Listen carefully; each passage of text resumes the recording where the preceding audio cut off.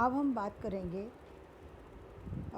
हिंदी साहित्य की राजनीतिक पृष्ठभूमि की द्वितीय भाग की।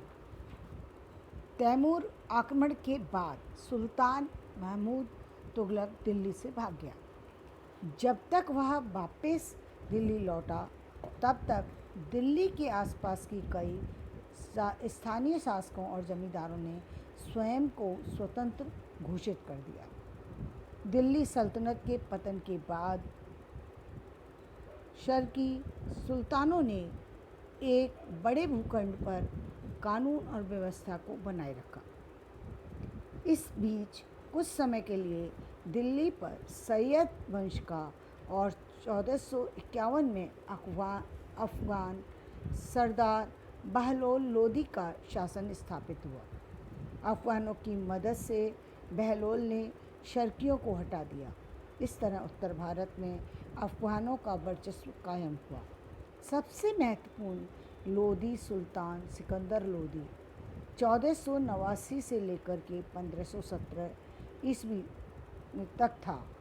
सिकंदर लोदी ने धौलपुर और ग्वालियर को जीतकर अपने राज्य का प्रसार किया। अपने विजय अभियान के दौरान 1506 ईस्वी में उसने आगरा शहर की नींव डाली। इस शहर का निर्माण पूर्वी राजस्थान के क्षेत्रों तथा व्यापारिक मार्गों पर नियंत्रण स्थापित करने के उद्देश्य से किया गया था। कालांतर में आगरा एक बड़े तथा व्यापारिक मार्गों पर नियंत्रण स्थापित करने के उद्देश्य से किया गया। कालांतर में आगरा एक बड़े शहर के रूप में विकसित हुआ।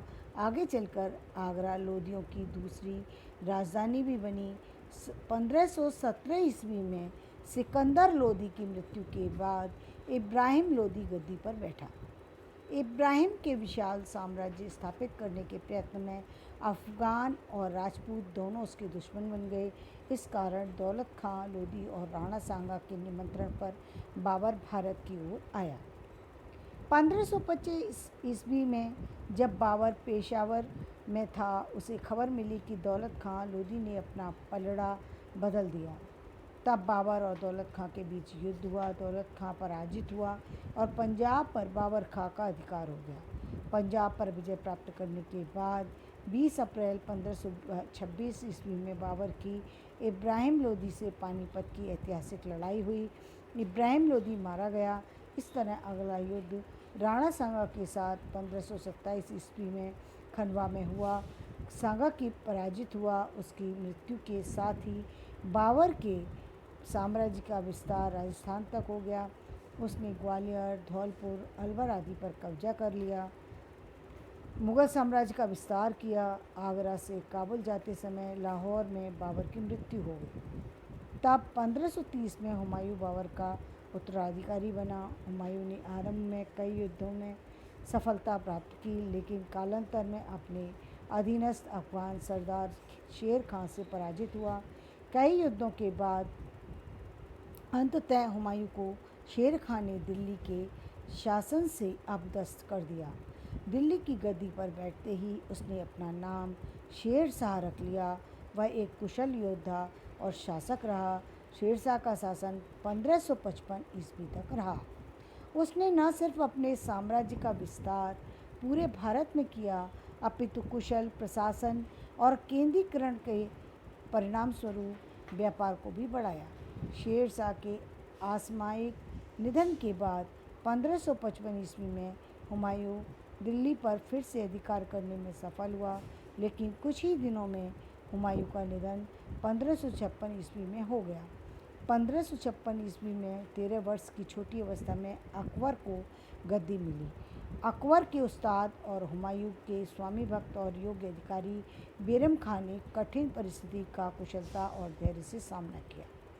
अकबर के नेतृत्व में आगे चलकर विशाल और स्थिर मुगल साम्राज्य की स्थापना हुई। उसका साम्राज्य उत्तर पश्चिमी अफगान देश से असम तक और उत्तर में कश्मीर से लेकर दक्षिण में अहमदनगर तक फैला हुआ था। अकबर के शासनकाल में राज्य मूलतः धर्मनिरपेक्ष, सामाजिक विषयों में उदार तथा सांस्कृतिक एकता को प्रोत्साहित करने वाला बना। अकबर के बाद 17वीं सदी का पूर्वार्ध कुल मिलाकर प्रगति और विकास का काल था। इस अवधि में मुगल साम्राज्य जहांगीर 1605 और 1627 ईस्वी तथा शाहजहाँ 1628 से लेकर 1658 ईस्वी तक दोनों शासकों के कुशल नेतृत्व में रहा।